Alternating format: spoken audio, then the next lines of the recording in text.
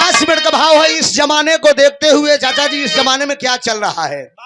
अरे बदल गई कुलरी तनी, अरे डबलू बदल गई कुलरी तनी, अब नाही केहू के लाजबा, अरे नाही केहू के लाजबा। 1 नंबर के गईल जमाना, 2 नंबर के राजबा। 1 नंबर के गईल जमाना, 2 नंबर के राजबा।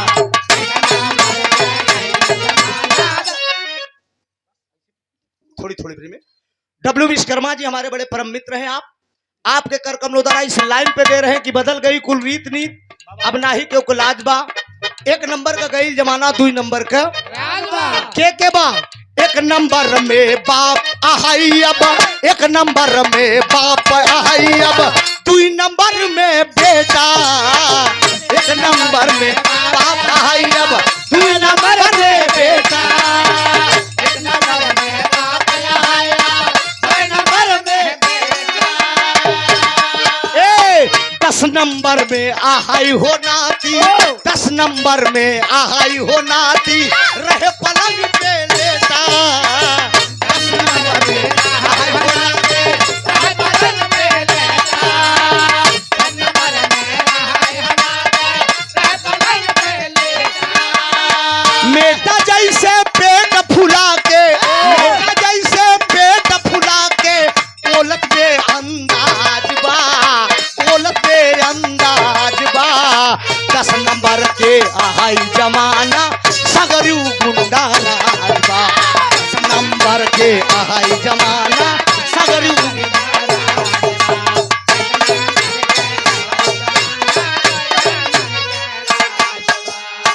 आखिरी लाइन है मित्रों। 1 नंबर का बाप ईमानदार बा बेटवा, 2 नंबर का बा नाती 10 नंबर का बा। इसीलिए झटका में गा रहा हूं। झूठ का झंडा गली गली में, झूठ का झंडा गली गली में, मंजुला फहराए।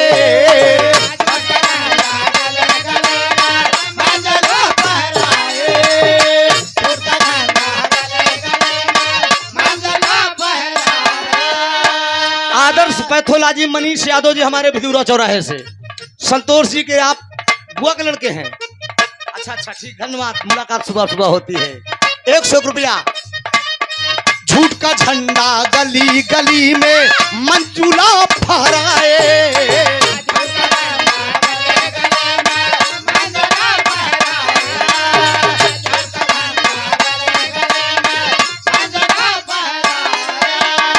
धोगी कपटी पूजल जाए, धोगी कपटी पूजल जाए, सच्चा रोज पिटाए। धोगी कपटी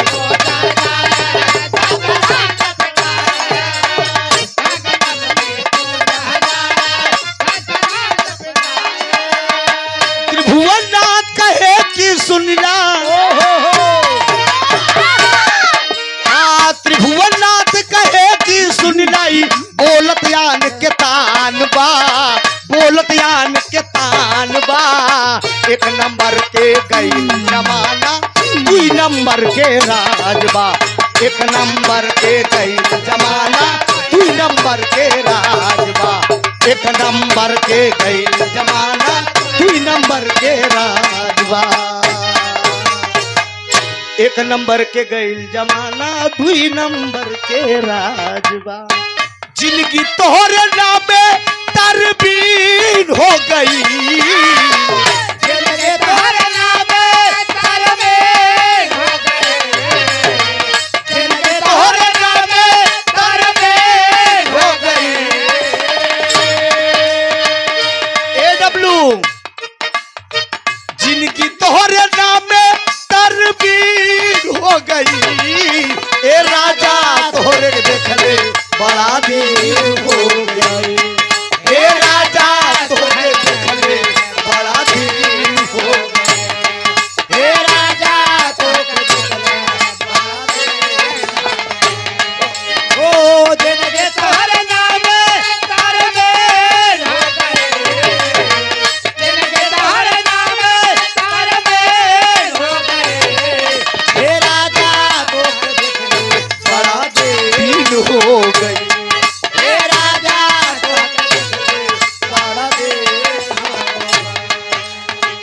बड़ा प्रसाद रूपी पुरस्कार आया है। हमारे दिलो अजीज मित्र, एक जमाना था, एक दिन 2 दिन पे मुलाकात होती थी, व्यस्तता हो गई हमारे पास भी और आप लोगों के पास भी। आप लोग अपने बीवी बच्चे में भी अटक गए, हम भी अटक गए। साथ साथ गाना बजाना चल रहा है। गुलशन फर्नीचर हाउस, चकमाली, नहर बाबूगंज, जिला प्रयागराज। प्रोप्राइटर हैं प्रदीप कुमार विश्वकर्मा उर्फ हमारे डब्लू भाई, हमारे बड़ा परम मित्र हैं। बिरहा के माध्यम से आज मुलाकात हो गई भाई से। काफी लोगों से, हमारे पुराने लोगों से आज काफी मुलाकात हुई। गाना बजाना तो अलग बात है चाचा, डेली गा रहे हैं। अभी कल कार्यक्रम रुचि यादव से है सुराओं के पास, परसों फिर उजाला जी से जौनपुर में है, रात में सिठौली पानी टंकी है उजाला जी से ही, दिनों रात प्रोग्राम है। 24 के प्रीतिपाल, कविता बनारसी और मैं हूं, 2 लेडीजों के बीच में प्रोग्राम तो डेली है। लेकिन अपने लोग जहां मिलते हैं वहां की खुशी इंद्राज भाई कुछ और होती है। Sheetla sweet house, gate number 3 के बीच में 201 रुपए का पुरस्कार आया है। कि दुल्हनिया बने मरद से कहा बा। फिर से हेलो।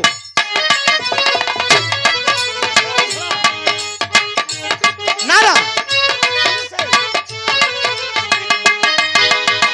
जिनकी तोहरे नामे तरबीर हो गई,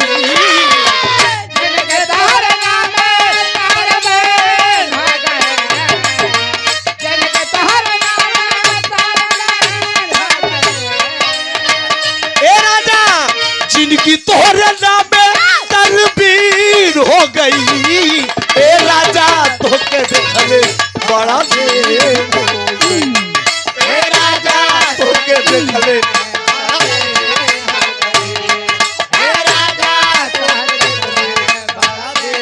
हो गई।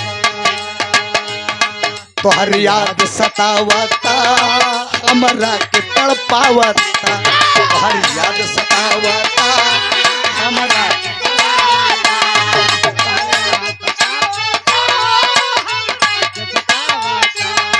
रही रही के से जिया पे हमरा के तड़पावता,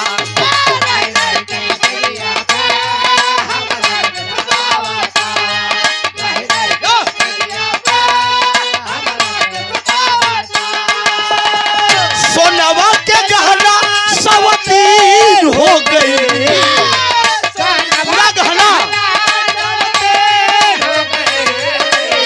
सोनवा के गहना सवतीर हो गई, सोनवा के गहना सवतीर हो गई। ए राजा तोके देखले बड़ा दिन हो गई, करेजा तोके देखले बड़ा दिन हो गई।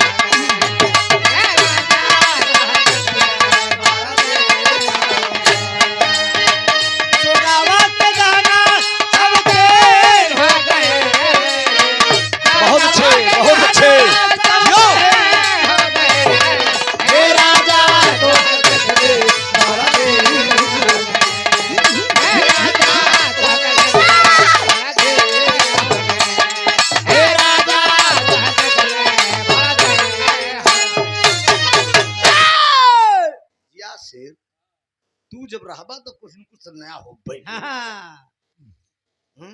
बड़ा प्रतापगढ़ की सेवा करे। गोलू क्रेन सर्विस भैया के कार्यक्रमों द्वारा ये 50 रुपया। आइए सर, क्या हाल चाल है? आकाश कुमार सिंह, इफ्को गेट नंबर 1 से 201 रुपए का पुरस्कार। यहाँ से सोनवा का गहना सौतीन हो गई, एक करेजा तो के देखले बड़ा दिन हो गई। साला कहाँ मुलाकात हो रही है, करेजा फाट फाट के रह जाता। राजू एक रानी तो के देखले बड़ा दिन हो गई। अरे मोर सोना,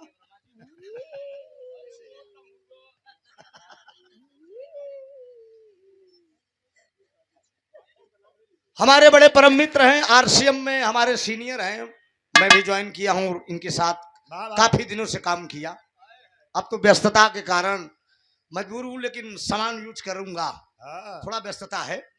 एस.के. वर्मा जी, उसमें को 2-3 आइटम बड़े जबरदस्त है। रिफाइंड जैसे फॉर्चूनर हुआ, वो फॉर्चून तेल और नमक, 1-2 आइटम ऐसे हैं कि बड़े जबरदस्त है। एस.के. वर्मा जी, वीर काजी के धरती से चंदोका 101 रुपए चंदो की, बहुत बहुत प्रणाम हो, आशीर्वाद की परीक्षा है। बड़ी सुंदर गीत अभी आप लोगों ने सुना। भगवान राम अपने पिताजी के पिंडदान किए। महाराज दशरथ जी, पुत्र वियोग मित्रों सबसे बड़ा वियोग होता है। चाचा, धरती पे कितना बड़ा धन दौलत इंसान के पास हो, लेकिन अगर बेटे का गम जिस इंसान के अंदर अगर आ जाएगा, ये जान लीजिए कि उसका इस धरती पे जिंदा रहना मुश्किल है। या तो हार्ट आएगा, या तो और कुछ हो सकता है। के दिखावत है हमारी। अच्छा, ठीक है। तो इसलिए महाराज दशरथ जी, भगवान राम जब बन जाने लगे, तो महाराज दशरथ जी अपने बेटे के याद में तड़प के प्राण त्याग दिए। आत्मा भटकती रही।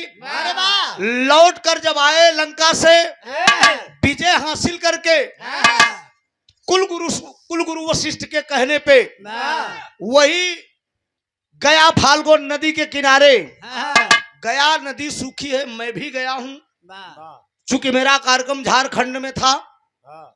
एक बार तो उजाला जी से ही प्रोग्राम था झारखंड में, और 2 बार प्रीतिपाल से। तो हम लोग रुक के नदी का निरीक्षण किए थे। फाल्गु सूखी पड़ी है, ये माता सीता का दिया हुआ श्राप है।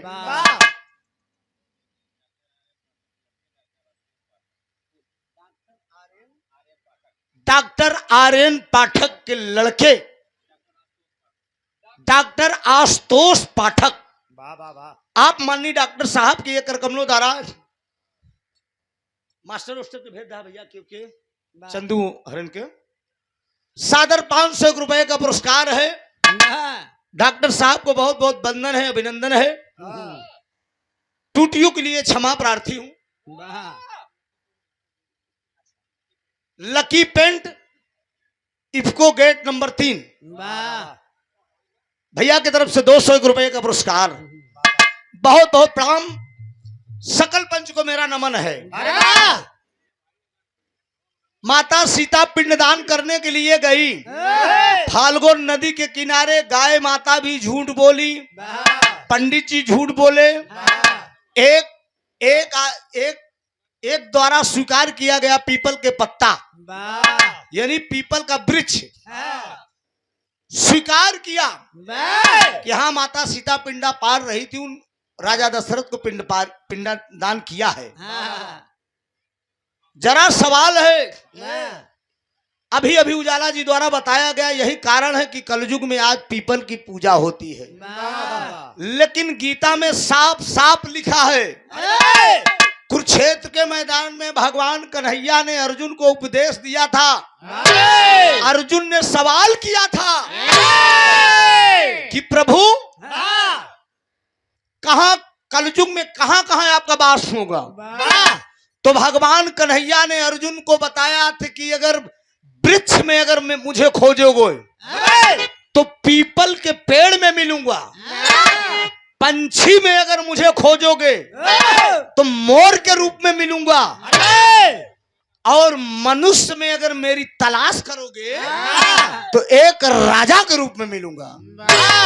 अर्थात राजा जैसे कह लिया जाए हमारे देश के प्रधानमंत्री को बाबा के रूप में, भैया ठीक बात, राजा के रूप में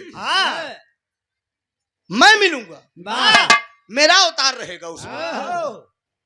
साधारण पुरुष थोड़ी क्यों हो सकता है? क्या बात है, पूरी दुनिया जो चलाए उसे किसी भी डमरू से। एक बात और बताई गई, पीपल के वृक्ष को उजाला जी ने बताया, लेकिन एक वृक्ष और था। क्या बात है? कुशा, कुश। वो भी भगवान राम से बोला कि माता सीता पिंडदान की हैं। माता सीता ने आशीर्वाद दिया कि बेटा खुश जाओ, तुम कितने बड़े पहाड़ पर तुम जामोगे, पानी पड़े या न पड़े, चाहे जेठ के कितनो तप दोपहरिया रही, लेकिन जितने धूप लागी बेटा, जितना पानी नहीं पाओगे उससे ज्यादा तुम और हरियर हो जाओगे। सारे वृक्ष मुरझा जाते हैं पानी ना मिलने पे, लेकिन कुसा चाचा कितनों बड़े पहाड़ पे जामे लेकिन हरियर का हरियर ही रहा था। ये भी माता सीता पिंडदान करते समय आशीर्वाद दिया था। तो पिंडदान का लाइन हमारे तरफ से आप लोग सुना, भगीरथ का जन्म 60,000 पुरखों का तरतारन, मतलब भंडारे के रूप में। इधर से विरहा की प्रस्तुति हुई थी, उधर से आप फाल्गु नदी की प्रस्तुति आप लोगों ने सुना। अब एक थी हमारे दिलीप जी के फरमाइश बा कि कुछ तनी के लाइन चेंज करके तनी गर्माहट के भी रहा। चाचा लाइन चेंज करके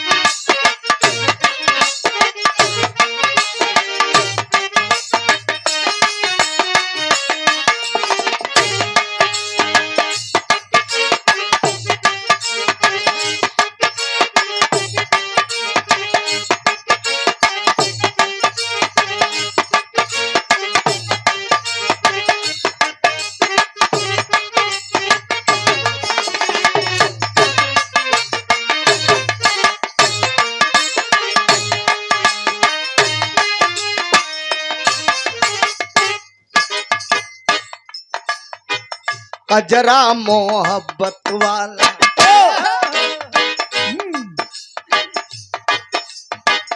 अजरा मोहब्बत वाला अखियों में ऐसे डाला, अजरा मोहब्बत वाला अखियों में ऐसे डाला, अजरा मोहब्बत वाला अखियों में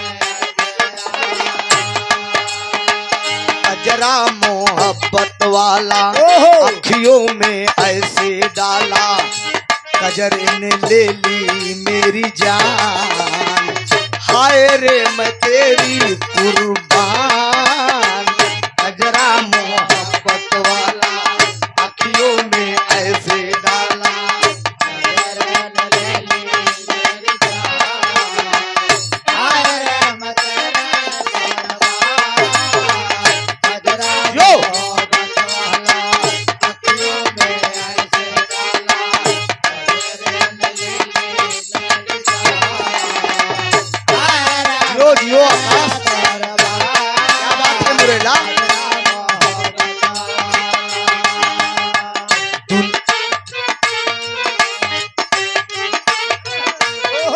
बरेली के बाजार में झुमका गिरा रे, बरेली के बाजार में झुमका गिरा रे, बरेली के बाजार में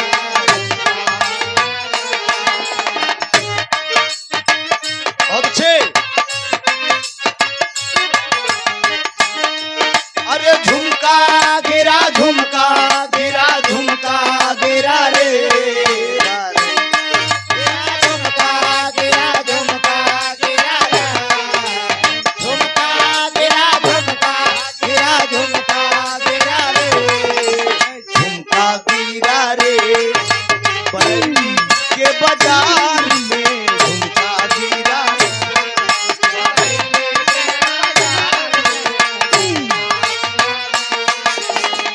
दुनिया है मेरे पीछे लेकिन मैं तेरे पीछे, दुनिया है मेरे पीछे लेकिन मैं तेरे पीछे, अपना बना ले मेरी जान, हाय रे मैं तेरी कुर्बान, दुनिया है मेरे पीछे लेकिन मैं तेरे पीछे, हल्का थोड़ा सा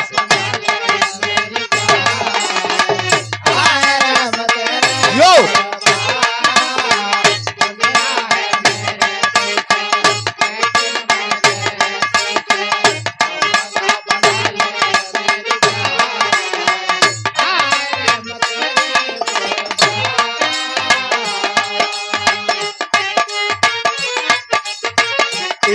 गोटेदार लहंगा निकलूं जब डाल के, ये गोटेदार लहंगा निकलूं जब डाल के। गोटेदार लहंगा निकलूं।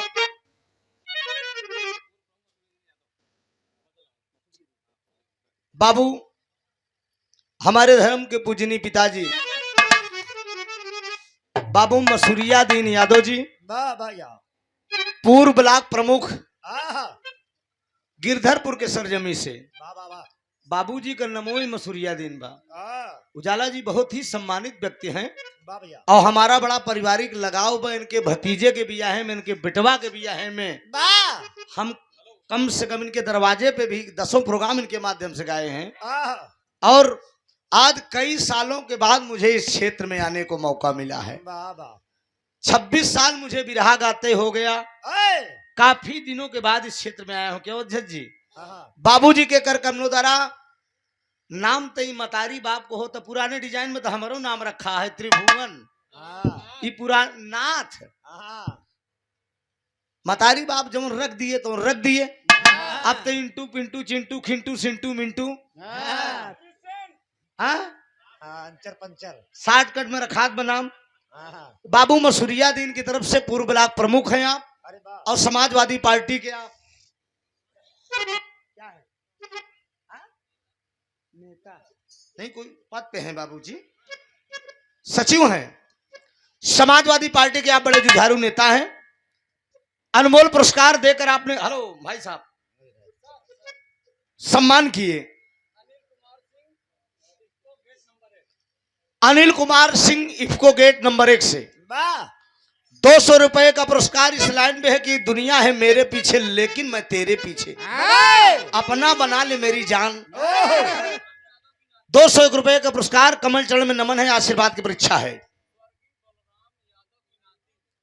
स्वर्गीय बलराम यादव की नातिन की तरफ से, अरुंधति की तरफ से वाह। 101 रुपया का पुरस्कार। सुखी रहा बिटिया। सोनू शर्मा जी आप भदोही से सादर 101 रुपए का पुरस्कार। बहुत बहुत कमल चरण में बंधन है। शिव प्रकाश यादव जी नएपुरा से आप माननीय बाबूजी की तरफ से 201 रुपया। आहा, दातार सुखी रखें, सब भैया लोग सुखी रहें। वाह। सत्यनारायण ऐ, एडवोकेट वाह तिसौरा के धरती से वाह। एडवोकेट साहब की तरफ से ये 50 रुपए का पुरस्कार। वाह भैया। दातार सुखी रखकर सब भैया लोग सुखी रहे। मास्टर साहब एक लाइन बजा। ओहो, वाह वाह।